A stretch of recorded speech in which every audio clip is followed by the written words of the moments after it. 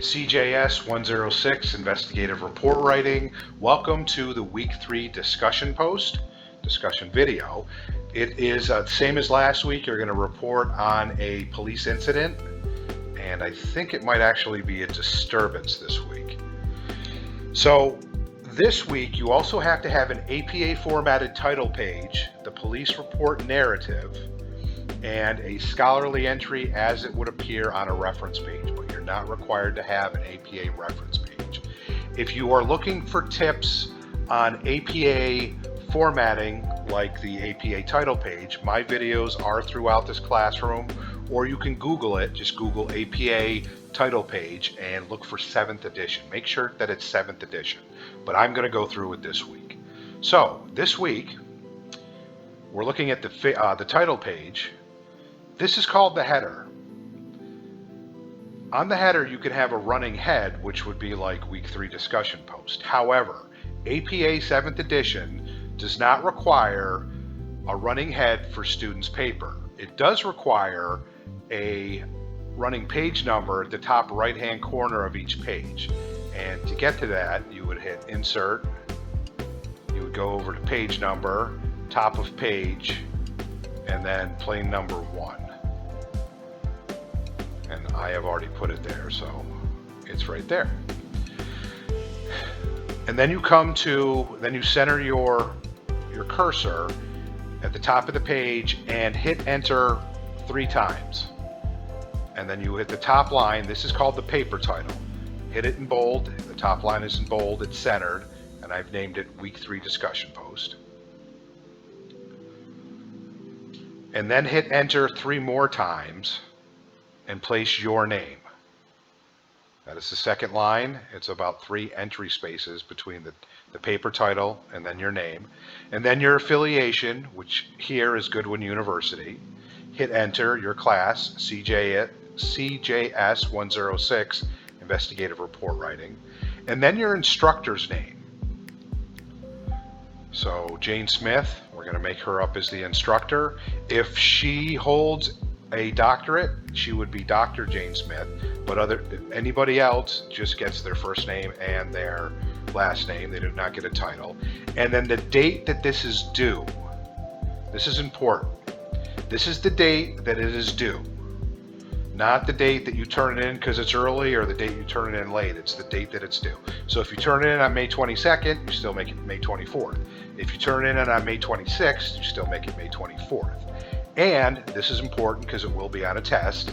This is the proper format for a date on an APA title page. The month written out, the day is numbers, comma, and the year. And that's how that looks.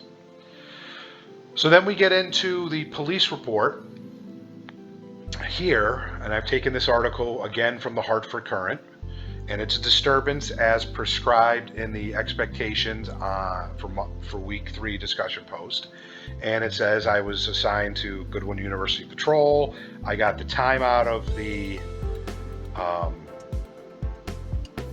article, and I'm going to change this. This should have been an apostrophe.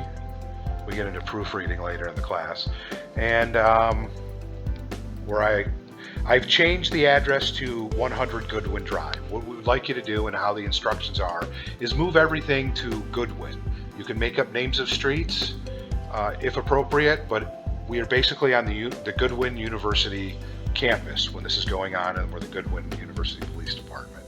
Upon arrival, I met the victim and 2 witnesses. This is italicized again because I made that up.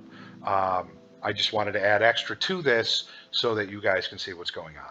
So the victim reported, and I don't name the victim. In a lot of police reports, you can name the victim if it's like a disturbance like this, but I got in the habit of not naming the victim so that when I got into a sexual assault or something like that, I did not name the victim. It was just a habit I got into. So the victim reported that the accused, Michael Barnett, had gotten upset that the restaurant had run out of bread and could not fulfill his order. There's an incident that happens. There is a racial slur. It is not mentioned in the article, and I was not going to put it in here. So I put in here, when asked specifically what the racial slur Barnett used, The victim broke down and began to cry, so the victim did not give it to me. I then interview a witness. I identify the witness, who she was, like what is her affiliation with the airport, and